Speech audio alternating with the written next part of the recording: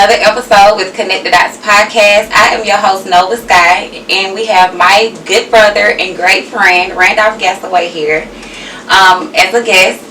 And Randolph, I want you to introduce yourself to the people. For those that don't know you, how would you introduce yourself to them? Randolph Gasaway, former baseball player, former coach, instructor, and now inventor of the swing source. Okay, I like that. Go Randolph. Okay, so I do want to start off because here at Connect the Dots, mental health is very important to us, and it's something that we like to tap into. So I do want to start off asking you, how has your mental health been, and what is your mental state right now? Mental health is good. Just taking care of myself. Everything is, I guess, even copacetic. It's smooth. Yeah, everything's good. Okay. All right. So let's jump right on into it. Definitely want to talk about you growing up, your childhood. If you can just talk a little bit more about little Randolph. What was life like for him? What were some of the challenges, some of the things that he saw as a child? Could you explain that to us a little bit? So, originally from Atlanta, Georgia. Or from Stockbridge, and I moved to Atlanta, Georgia later. Grew up with a single mother. My father passed before I was born, so when I was in the womb. So I know some of the struggles. Seeing like some of my friends with their fathers growing up, just didn't have that same dynamic. But a lot of my coaches were father figures to me, so that was cool. But yeah, I was mischievous, curious as a kid. Always got into a lot. Had to learn from experiences. But yeah. Okay. I like that. So just talking about, I just want to tap in a little bit about when you said like, you came into this world without a father, basically, right? He passed when you were in the womb. What was that like for you? Early on I didn't really understand it because Uh-huh. it was, I don't know, just you don't understand things when you're young. Right. But as you grow older, you're like, all right, well, why don't I have a dad? Why is somebody not in the house with me? Right. Right. But I wouldn't say, I don't know. It wasn't really good or bad. I didn't know what to expect. I don't know what that feeling is like, so I don't know. Okay. And at what age did you start to have questions about that? Like, where was my father? Probably like elementary. Oh, so that's early. Yeah, like when you have events at school. Right. My dad's coming. He's a firefighter. Or my dad's a police officer. Or whatever the case may be. So around that, yeah. Yeah, I feel like that's kind of hard to deal with coming up. Like right, because it's a lot of people grow up without fathers. Whether it's by choice or not. And so I just wanted to know what that was like for you, because I know, like, I've known you, like you're my good friend, but I never knew like what that part of your life was like, because you never really talk about it much. Why don't you talk about it much? It doesn't really bother me. It's fine. Okay. Like I know that my dad's spirit is within me, and it's not like he just left. It's just an unfortunate event. But I know his spirit with me. I still have family that still implement things that he's done, and I still, I guess, show characteristics of him throughout my life. So I know we'll meet again someday. So do people often tell you like, you remind me of your dad, or you're just like your dad? 100%. Yeah. Really? Wow. Yeah. Wow.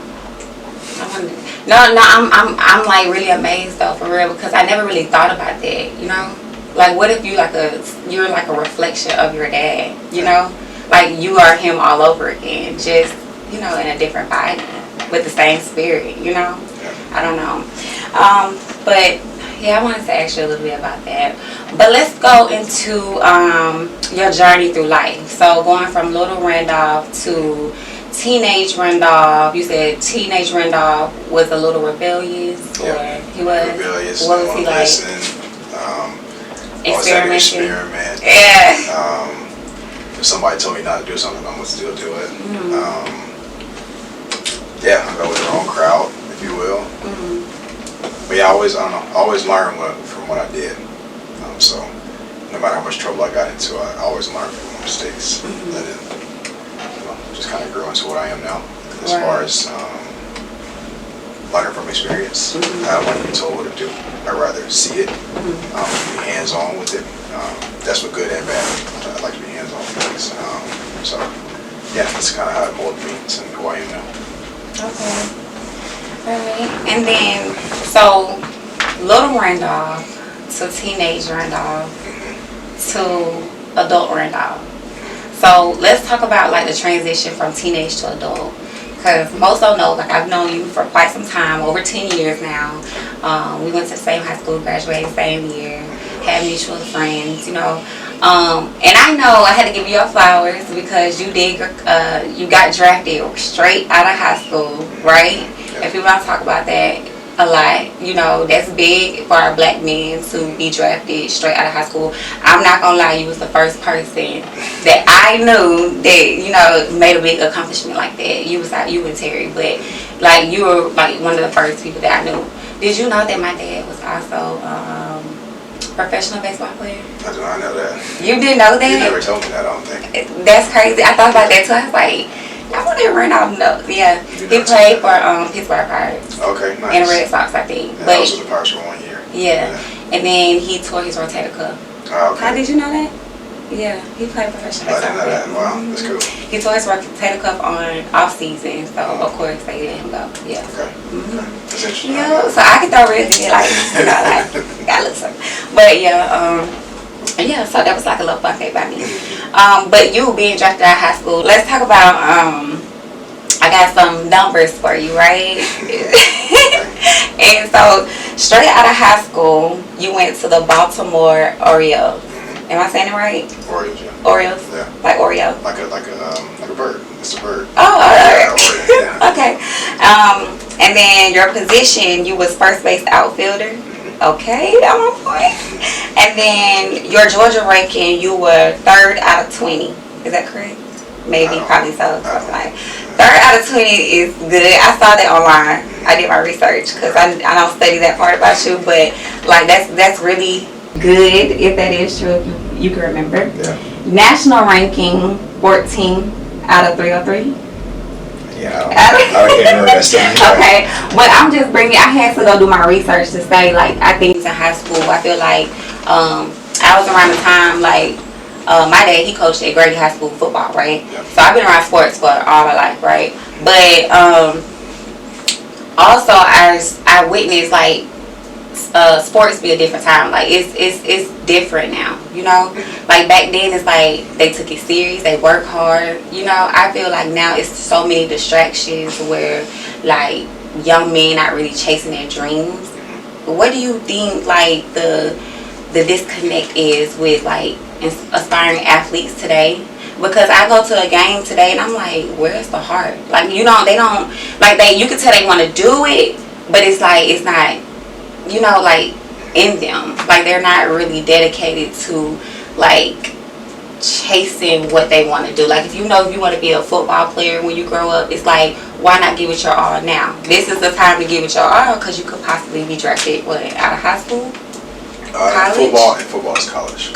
But yeah, in baseball, high school. I think basketball now maybe is high school, I'm gonna say. Or 1 year in college and you can go. But I think the main thing is patience. Like a lot of people get influenced by what they see on social media. Right. In this world, or they don't really see the hard work that people put in. Right. Social media is sped up and it doesn't give you all the facts. So when we see somebody shine or we see somebody at a certain level with social media, or whether somebody's passing by, we know somebody free passing. We don't see the hard work you put in. So I think the patience part is definitely huge. Where the heart is kind of taken out of it, because it's like if something doesn't happen instantly, it feels like a lot of people give up. Right. So or they'd rather go do something easier because it's the challenge. Right, the challenge. Yeah. But the challenge makes the character, and I think that challenge is what molds you who you are. Like we got a lot of people running around doing the same thing and becoming the same person. Right. Yes. And so that's where exactly. Okay, that's what you think. That's what it is. Like that's my input. Yeah. Okay. I think. I could be wrong, but that's my opinion. No, I'm just asking because I really want to know. Like, I feel like more black men that's a little bit older should look into like to dissect that a little bit more and to see like what's the ultimate disconnect, and then try to speak to the youth and like how can we like turn this around, and you know, because I mean, I just don't. I don't know. I don't know. But let's go forward from you being drafted straight out of high school, committed to Middle State Georgia University. Yeah. Okay. Georgia, yeah. Okay. Middle Georgia. And it was a JUCO then, so I don't know if it was state in there, but yeah, Middle Georgia. Middle Georgia. Okay. Okay. All right. And then from there, did you have a backup plan when you did that? Like, did you have a backup plan when you were, just in general, like a plan? You know how most people call it Plan B. Did you have a Plan B when you got drafted? Mm-hmm. You didn't. Mm-hmm. I want to play. Like you said earlier, I put everything in one basket, and I went.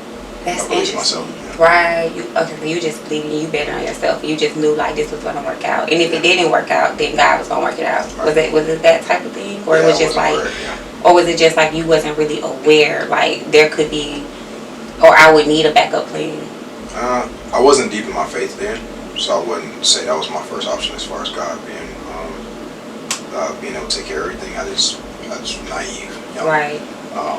But I don't know. I just believed in what I had, and I don't know. That's how I was raised. My mom always let me go wander, and then she trusted me to do the right things at the end of the day. So when I made a decision to go to Baltimore, she was with it 100%. So yeah, I don't know. I just took a leap of faith, I guess. Wasn't understanding where I was, and just being young and taking advantage of the opportunity. So like more so adrenaline and just that time. You never know when you'll get that opportunity again. So I was like, all right, like I'm raised from a single family or single parent household. Like I'm from Stockbridge, Georgia. Didn't really come from much, so I gotta give you my all. Right. Yeah. Right. You're a risk taker. Yeah. Are you a risk taker 100%. in life? 100%. Okay. Is that like that's a good thing to be, right? You think so? I guess be biased because I do it, but yeah. You think? Okay. In my opinion, yeah. Or having discernment about what risk to take, maybe. Because it could be like as an entrepreneur, as someone that's chasing their dreams. You get what I'm saying? Like. Yeah, I mean, but you gotta take care of yourself. Like, so, as long as what you're doing is benefiting others and helping others, I feel like why not take a risk? Mm-hmm. If you really believe in what you're doing, take a risk. Mm-hmm. If you don't, if you have second guess, if you second guess yourself, if you really, I don't think, I feel like it's not gonna work. So you gotta take those risks. Okay. And then I do want to know, like, okay, so what's the story behind you not playing baseball anymore? So, like, what made you stop, or what was the turning point? So I played 6 years with the Orioles. Mm-hmm. Again, I gave them all. Mm-hmm. I get tunnel vision when I have a goal. I get tunnel vision. This is Achilles heel. I don't know. Yeah. But yeah, I got tunnel vision. Got picked up by the Pirates. Thought that was my opportunity to make it to the big leagues. And then I know my mom was sick, so I got released in the midst of all this, of my mom getting sick, and she was diagnosed with dementia. So I was like, what's more important? This is the person that raised me, that loved me through all of my stuff.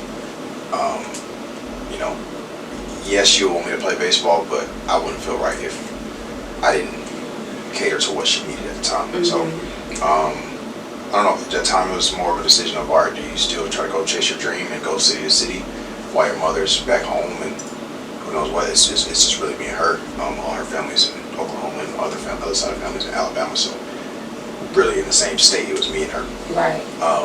So I was like, all right, make a big boy decision. But I just stepped away. I got released first, and then I stepped away. It was like, I don't want to even try to pursue another team or keep training. I was just like, I'm okay. I learned enough. I made a lot of good relationships. I got all you get out of it. I don't really want to keep beating a dead horse. Let's just get on with life and impact as many people as I can outside of it. So, yeah. But it was very challenging, of course, to make that decision, right? It was a stint, but after that, I made a decision like, this is what I'm gonna do. Like with anything positive, I'm gonna take a risk. This is what I'm gonna do. It's not a whole second guess, and like this is what I'm doing. So once I came to that decision, it was my mom over myself. You know what I mean? So it was like once I made that decision, it was no second guessing. If I was second guessing, who knows? Mm-hmm. It'd probably been tougher. Probably still been coping with it, or still been holding something in. But everything's released. Everything's good. Right. And would you say it was like meant like for you to release that at that time, for you to like start journeying and finding yourself or trying to figure out, because without baseball it's like what's next, what now, you know what I'm saying? Was it that sort of thing for you? Yeah, I saw a lot of my friends still playing, and I was like, yeah, that's cool, but like your identity outside of baseball, what is it? Right. Everybody always associated me with baseball. Yeah. Oh, yeah, that's the baseball player. Oh, that's Randolph, that's the baseball player. Yeah. If I didn't open my mouth and say I didn't play baseball or played baseball, nobody really taught me to treat us the ways they did. Right. And that's kind of still to this day. Like, so I kind of like believe that. Like that's who I was. You evolve to who you are. And you know what? I didn't want to bring up baseball player either. No, you good. Yeah. But it's we got to talk about your journey, your life. Yeah, it's part of Yeah. I appreciate it. It's a part. It's a part of my life, and I think it still will be because I'm still in the game to some extent. But I'm not right off the baseball player. Like, there's more to it. And we're gonna get to more later. We're going to get to the greatness later. Trust me. But let's move forward for now. So. Navigating and transitioning from a pro baseball player to adulthood. So we're gonna talk about some of the challenges when you transition to journeying and exploring who Randolph is and what's my identity outside of baseball. It's like most people don't know, like you gotta go deeper. You can't be surface when you do that. That requires like darkness, depression, help me out. It's just trials. You go through a lot of ups and downs. You go through a lot of failure, quote unquote, lessons. But yeah, I think that like when you understand who you are, like when you understand who you really are. Like if I were to associate myself with a baseball player, like when I look in the mirror, it's like, okay, what do you see?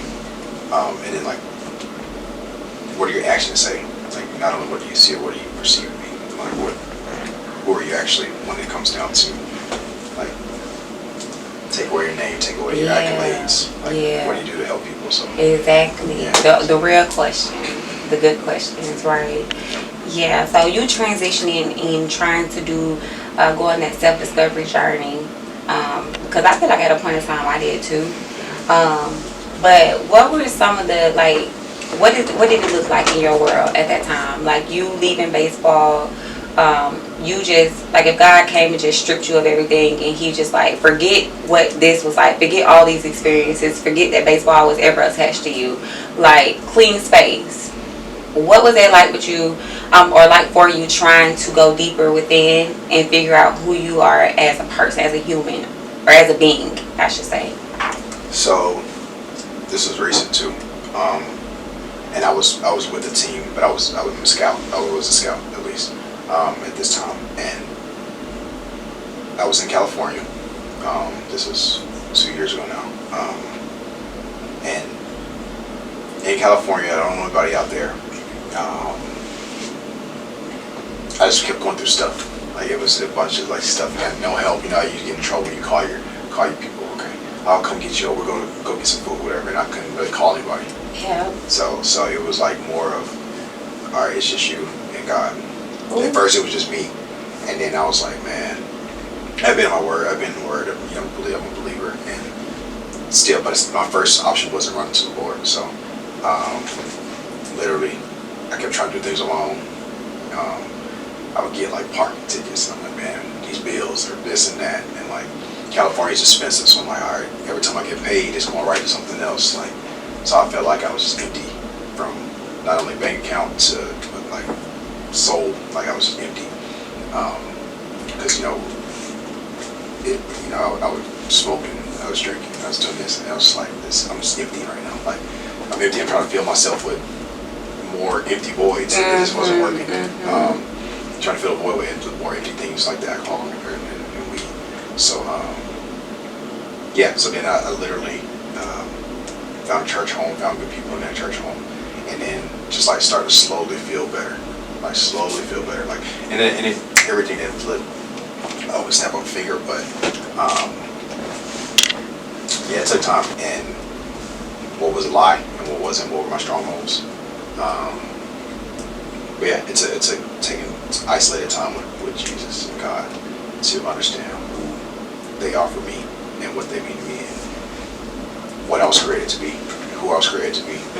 So yeah, it was a lot. It was tough, but a lot of fighting within myself. Mm-hmm. But yeah, it was a challenging time. But Right. the other side of it is beautiful. Yeah. Absolutely, absolutely, I agree with that. So when you talk about like you was trying to do things on your own, like you trying to do life without God, I feel like I love that because that's very important to me now. Like that's like one of the things like I'm very like solid and firm about. Like I want to walk with God. Like when I'm like in my darkest season, like I need to silence all the noise and I need to focus and I need to hear Him clearly, you know. And because it's not always through sermons and messages, you know. Like it's always, I mean, sometimes it's through other things and stuff. So it's like I need to be able to focus so I won't miss that message, you know, or miss that lesson. But that do bring me to when you spoke about like you were out in California, so your people weren't around to just pull up and hey, let's go out to eat, let's meet. You know how we do, like we meet, we got to talk, check in on each other. Because I'm the type of person like I can text, but I need to see my people. Yeah, exactly. Like I need to have like it's like one-on-one interaction. Like we need to be verbal, communicating about what's going on. I need to see how you're responding, like how you are you crying in that. I need to know if that's hurting you. I can't even read that through a text, you know. Yeah. So I'm the type of person like I want to meet up. I don't care if it's like 10-15 minutes, let's talk, you know. But I know when I was going through my darkest seasons, I felt like I was like alone, you know. And I was in Georgia where all my people were, you know. So and it's not, and I will fault myself a little bit because I have to say that I did like voluntarily isolate myself. But at the same time, it's like when you get to a point where you're grieving or when you know you're down and out, it's like where are your people? Or if you know you're sick. And I was sick at a point in time in my life, you know what I'm saying? And I think it was like due to stress and grief, and it was just like so much just piling over me, and me still trying to fight, me still, because I'm a soldier, like I'm a strong one, right? So I'm gonna press through while I'm hurting. You know what I'm saying? But I'm gonna be tired, and like my heart gonna be tired, my spirit's gonna be tired, my mind's gonna be tired, my body's gonna be tired, you know. And it got to that point where everything shut down on me. You know what I'm saying? And thank God I'm still here because honestly, like battling, like you know, the thoughts of leaving. You know, like maybe it'll be easier if I'm not. You know, so it's like that sort of thing. But it's like I think community and I think support. I think genuine connections. Like I feel like, you know, when you become an adult, that's when we get serious about like the people that are in our lives. You know, the people that we do have around us. And it's not to be selfish. It's not like I don't want to open my space to you, but it's like I got to open my space to those that I feel like will show up for me. You know, and as I would do in return. But it's like those are the kind of people I want to spend my time with, connect with, love on, you know. The people that I know that's going to see me when I'm down. Not just when I'm up and light and partying, but when I'm down in the dark and you haven't heard from me for 5-6 months. Or when my load is heavy and I'm sick and I have to do this and do that and I have to be I have to take on 3 roles at a time. You know what I'm saying? Like, it's like, where's my team, people, support, you know?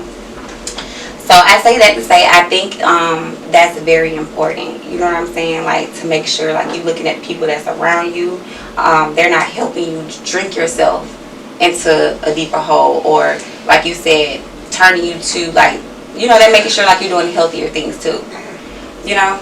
So, and then also to anybody that battles with like the thoughts of suicide or like, would it be easier if I'm not here? Like, how would you respond to people that have those or battle those conversations? Because let's be real, in those moments, like nobody's around to talk you out of it or to like kind of calm it down or you know decompress that. So it's like how you, because at that moment you're fighting the voices that's in your head. You get what I'm saying? And the voices that's in your head is probably telling you, do it. Leave. It's easier. You get what I'm saying?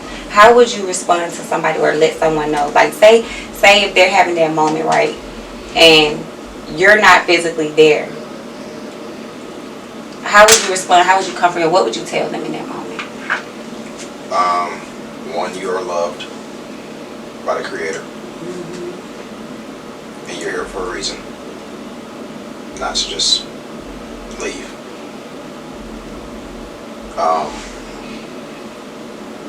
2, slow down, just be still for a minute. And when I say a minute, that might be a day, that might be a month, that might be a year. But be still. And I think God will reach out. I know God will reach out because He reached out to me. It was the same thing.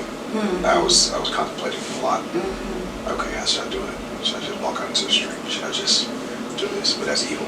That's not supposed to happen. Right. So in that moment though, for me personally, I was still. I didn't have anything to really do. I didn't know anybody out there. And then literally when I found that church home, they had a group, like interest groups, and it was basketball. Basketball was one I signed up for. I'm thinking, okay, play basketball, get my mind off of it. I just do something athletic to just kind of decompress. And this was the Saturday. They were on Saturdays and service was Sunday. This was a Saturday before I was gonna do it on Monday. It was like top of the week, whatever. And Saturday went to the basketball court. Nobody showed up. I'm like, oh damn, like it's isolation. Like this is it. This is my sign. It's just me, you know. So literally, I was gonna go there Saturday. I was gonna pray to God on Sunday because I still believe. But I was like, I just want to see you. Like I just want to see you. Like and the way to see you is to leave here. And that Saturday, when I was about to leave, pack up my stuff, an angel, I'll say, he walked up. Those are real. Very real. Angel walked up. He said, "Hey, my name's Swartz. Swartz and Presil." I said, "What's up, man? You know, are you with Five?" That was the name of the church, Five Oakland. He said, "Yeah, I'm with Bob." I said, "Okay, cool." You know, so sit around for a little bit. I waited for probably 30, 40 minutes before he showed up. And we started talking. We related a lot. I'm not going to share his story as much. That's his testimony to tell. But he played basketball. He was an athlete. He had moved out there to California from New York. His brother was out there, but he was kind of isolated as well on his own. So we had talking more, and he was like, "Yeah, man, I think we went to lunch or breakfast or brunch after this." And then literally he was like, "Yeah, man, like sharing testimonies for brunch." I said, "Yeah, man, like I contemplated suicide within this," and everything he said from that moment, like I resonated with. Like basically, I said the same thing the night before. Just like I feel alone. Nobody hears me. Nobody really associates me with outside of sports. I don't feel loved. Like everything was just lined up. And then I don't know, man. He's just a savior. And from that day, I was like, it's more to live. It's more out here to live for. Like, to meet people like this, to have community with people like this, to have fellowship with people like this. And I literally told him this so many times, but he saved my life. God saved my life, but God sent him to save my life. And he had been through what I've been through, and even more. And I know everybody has their own stuff, but yeah, that was like the Saturday before. But it's evil. It's not true. It's a stronghold. That's negative thinking. Yeah. It's not true. Yeah. Take a step back. Be still. Yeah. If you feel intimidated by opening the Bible, just read a scripture off Google. Everybody goes. We go to Google to look up a pair of shoes. We go to Google to look up whatever movie. Like go to Google, just look up a verse. Right. When you're discouraged, when you feel discouraged, and be reminded. Yes, that's all it is. Because you were created here for a reason. You're put on this earth for a reason. So don't give up that easily. You're stronger than what your mind's telling you right now. So just take a minute, deep breath, and go from there. Right. You know, that's what I would say. I love that. Yeah. I love it. And I'm glad you're still here with us. As I told you before, I'm glad you're still here with us. Yeah. Really. Same. So 2 points off what you said. The first one you did say, if I heard correctly, you said one of your safe spaces to decompress would be the basketball court? Just doing something athletic. Whether it's gym, baseball field, basketball court, whatever. Just something athletic. Just kind of, because in the moment you don't think about what you're doing. You just go. Right. You just have fun. Go. Right. I agree with that. I'm definitely like jack of all trades. Like I'm an open book. Like I'm very versatile, but it's like I would definitely say when I box, that does it for me. So I would say being athletic does help. Like I feel so refreshed. I feel lighter when I finish. Like I feel like I released you know, a lot when I box, you know. So I definitely feel like everybody should find like their safe space to help them decompress when they need it, you know. So the second thing I want to talk about, when you say be still. Woo, Randolph, like no, seriously. Well, a lot will be revealed in that still space. That still space. I learned that when my grandfather passed. My pastor, shout out to Aaron L. Parker from Zion Hill Baptist Church. My pastor, like he came and spoke to the church, right? And the title of his message was "Be Still and Know That He's God," basically. And when I tell you, like, I feel like it was the words for me. Like, just even that moment, like being in a funeral home, like at my grandfather's funeral, like listening to that message, I feel like a lot of times, like I do feel like my pastors are the messengers, and then, you know, like God would deliver his message that way. But I felt like that was that's wisdom. First of all, that's wisdom right there. Like when you know to be still, and then know when to rely and put it on God and rest, because we go and go and go and go. And a lot of times it's like, I know for me, at one point in time in my journey, it was like challenge after challenge. And I said this because I recorded my own like personal documentary, and I haven't put it out yet because I'm still working on it. I'm not ready at all. But one of the things that I did say that, like, I feel like at a certain time in my journey, like the reward for getting or accomplishing this challenge was the next one. It wasn't the blessing. It was the next challenge. You get what I'm saying? And it was like I couldn't breathe. Like it was like I couldn't come up for air. Like how you swimming and you drowning and you trying to come up and breathe. Like it's like God just put, or who the devil, you know what I'm saying, be tests or be trials, and you know that it's just like I could not breathe. You know what I'm saying? And so I feel like that was a part of the illness too. But at the same time, I wasn't still and I wasn't slowing down. You know what I'm saying? Like I just kept going and going and going and going. And that's where your mind starts to shut down. Your spirit starts to shut down. Your soul starts to shut down. Your heart, you know what I'm saying? You're operating from like an exhausted place. You get what I'm saying? So I love that you said that. I just wanted to piggyback on that. It's very important to me. And the part of isolation, I feel like I have to isolate a lot to know that he is God, honestly. I have to, because there's a lot of egos in this world. There's a lot of noise in this world. You know what I'm saying? You can listen to God, you can hear God telling you, do this, say this, be this, operate like this. You know what I'm saying? He's working on, you're listening, and then you go around the noise. It's like, you're doing this, you're saying this, you need to be doing this. You know what I'm saying? That's noise, and we're not going to fake like it's not real. We're not going to fake, and we're not going to act like it's easy to shut down at times. Sometimes, like, people, the voices of others get in our head, and we start moving on the beat of their own drum. And I feel like more of us need to understand and realize, like, that we're on separate journeys. Separate time. Separate paths. We serve the same God, but we're all destined for different. You get what I'm saying? It is success, but it looks different for everyone. The journey's going to look different for everyone. What works for you may not work for me. What works for me may not work for you.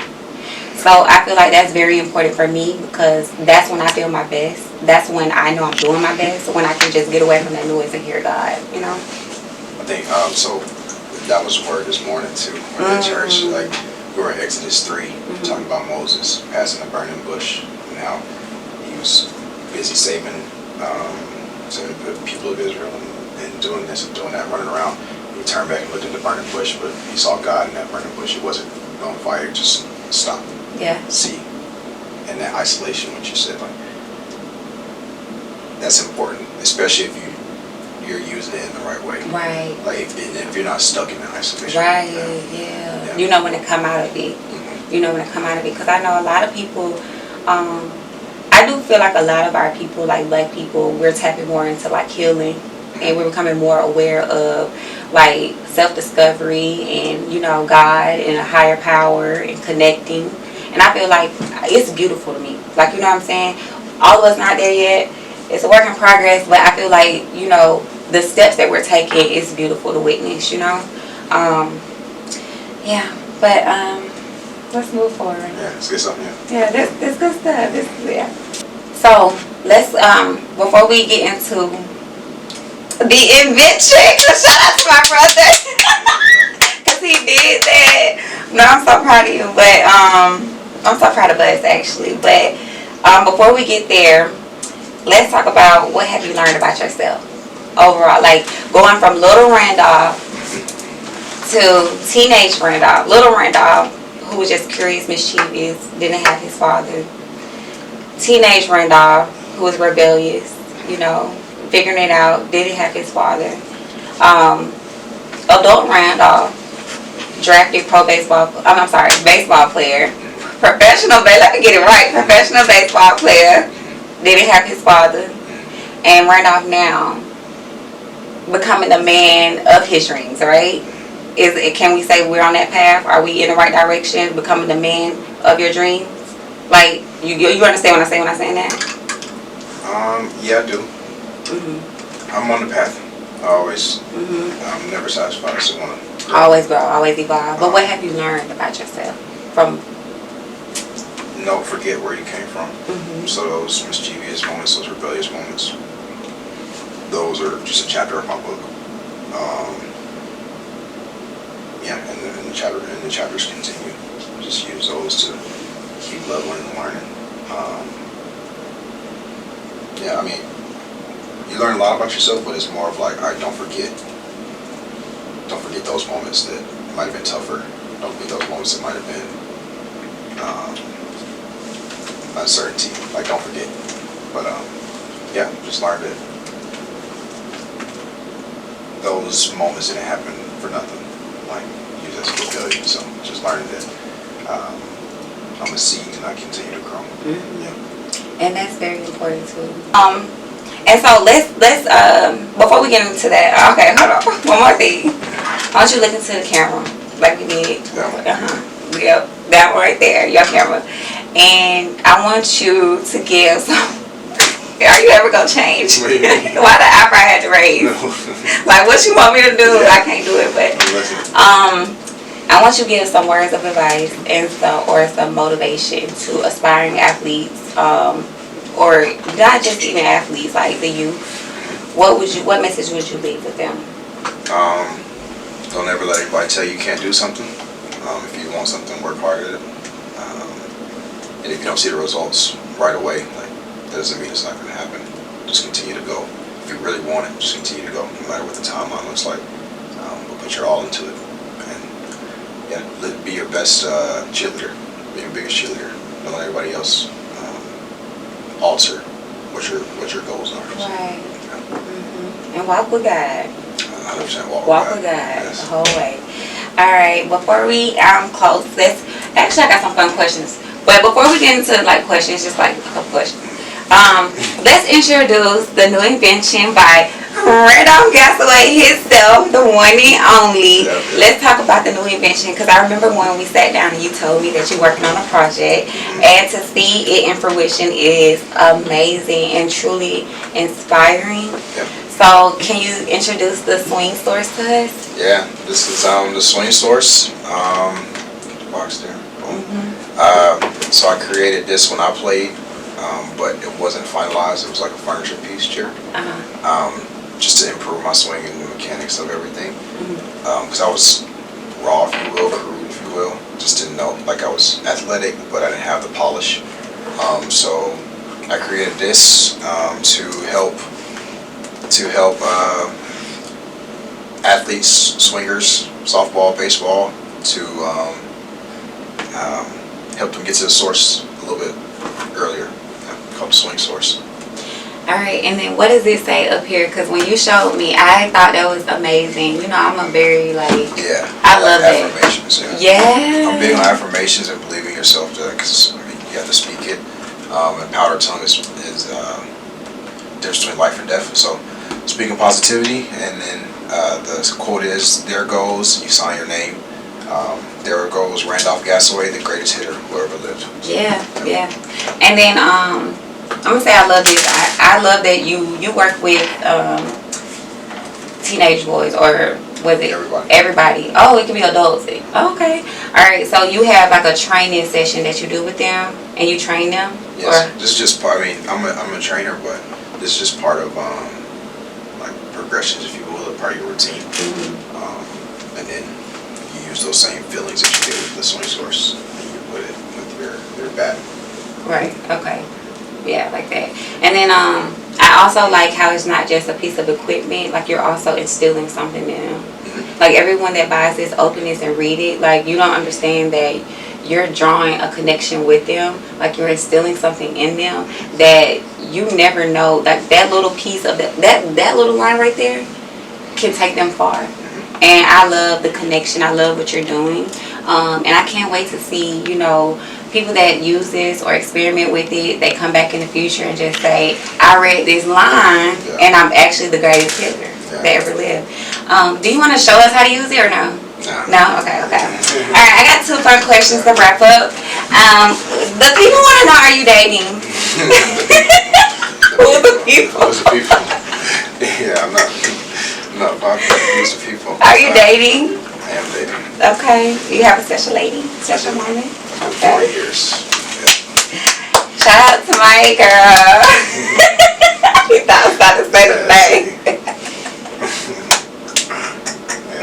You know, I gotta clown a little bit. One, two. Alright. What is an unpopular opinion you uphold? A popular? Unpopular. It can be quick. You don't have to get a long answer. Unpopular opinion. Simple. And this is way off topic. Pineapple belongs on pizza. It does not. It does not. It does not. It's 2 against 1. It does. Ew. Maybe jalapenos have been a hood first, but okay. And what's one thing that surprises you? No, what's one thing about you that surprises people?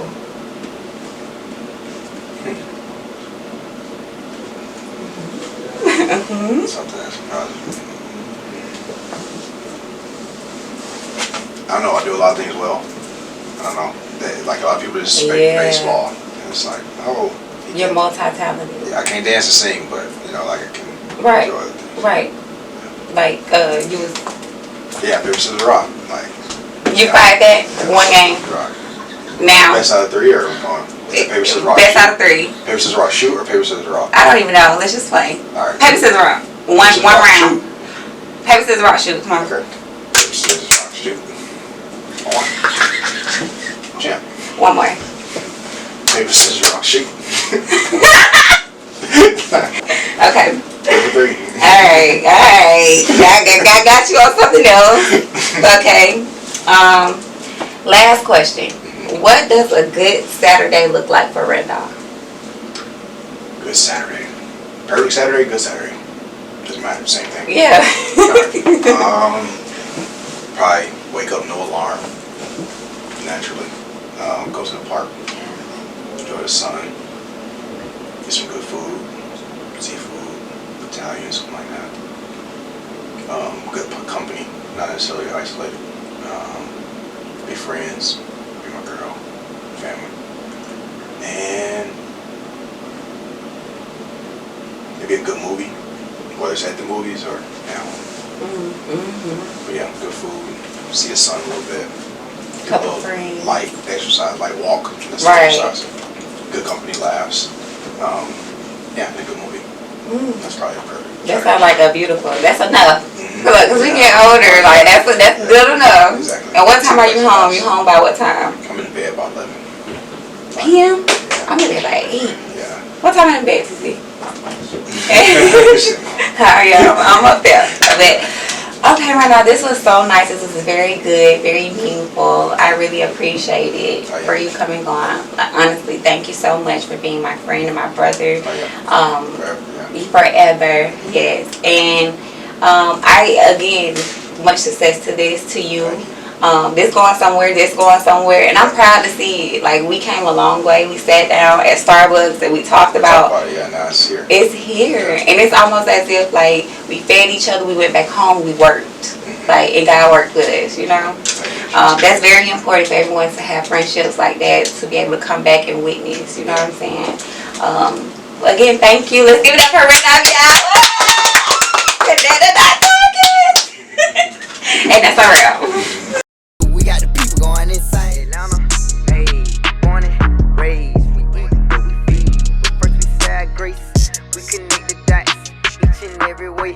out of 50 states, come in first place.